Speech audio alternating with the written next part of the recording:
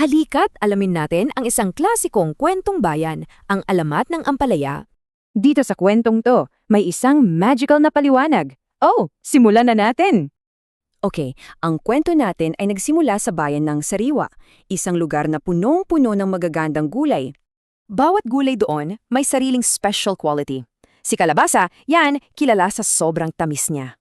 Si kamatis naman, ang ganda ng lasa at sobrang kinis ng balat. Perfect, di ba? Lahat sila, mula kay talong na purple hanggang kay singkamas na crunchy, may kanya-kanyang pambato. Pero sa gitna nilang lahat, andyan si Ampalaya. Maputla, walang special na lasa, parang ordinaryo lang. Araw-araw kinukumpara ni Ampalaya ang sarili niya sa iba. At alam nyo na, napuno ng inggit. Dahil sa inggit, naisip niya, kung di ako pwedeng maging maganda, kukunin ko na lang sa kanila. So, ayun na nga, gumawa siya ng isang simple pero masamang plano para sa gabing yon. Habang tulog ang lahat, gumapang si Ampalaya sa hardin at kinuha ang lahat ng katangian nila. Bigla, yung dating plain na Ampalaya nawala. Napalitan ng isang gulay na sobrang ganda.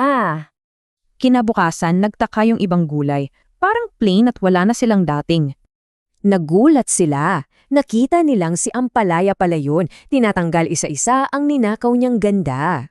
Sa sobrang galit, dinala nila si Ampalaya para harapin ang diwata, ang diyosa ng lupain.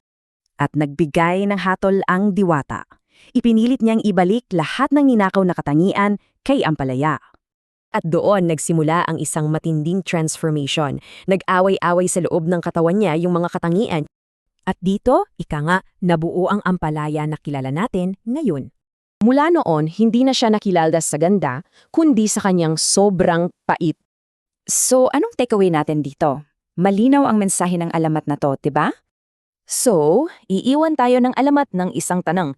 Imbes na mainggit, paano natin mamamahalin ang sarili nating katangian?